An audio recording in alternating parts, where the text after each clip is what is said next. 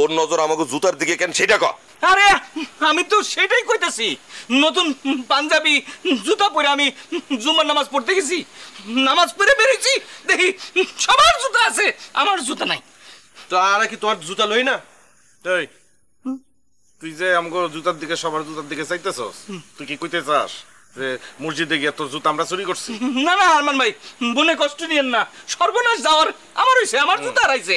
আমি এখন এই অনুষ্ঠানে সব মানুষের পা চেক করব। আস্তে পদ্মা উনো উনো, তোমার আর খরচা হওয়ার দরকার নাই, দাওয়াত হওয়ার দরকার নাই, তুই বাড়ি যা, বাড়ি যা। কেন বাংলায় কোন সব কথা বুঝি না আমি? আমি এই অনুষ্ঠানে খরচা খামু, আমার অধিকার আছে না? হাই অত ঠিক কথা কইছে, চাউল্য করানকার, তোর খরচা খাওয়ানোর দরকার নেই, তুই যা বাইরে আনতে, বাইরে যা, বাড়ি যা, বাড়ি যা। কেন বাড়ি যাবো কেন? আমার খরচা খাইলে কি আপনাকে খাওয়ার টান পড়ে যাবে নাকি? হন শর্ট পড়তুনু, তুই জিল্লে করি হত হইতা লাগু, মনে হতো তুমি ব্যাগ কোনো স্যান্ডেল চেক করিবা, ফা চেক করিবা।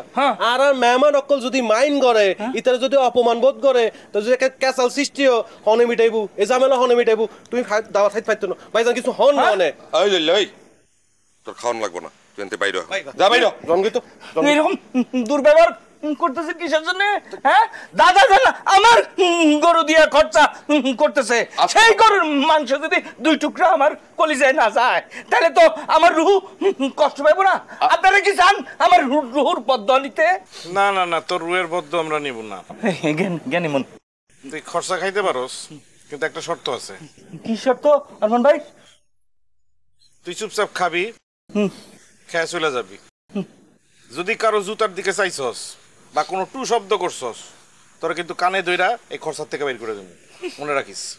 ঠিক আছে, তাও 2টা মাংস আমি খাই, চুপ করে থাকুন।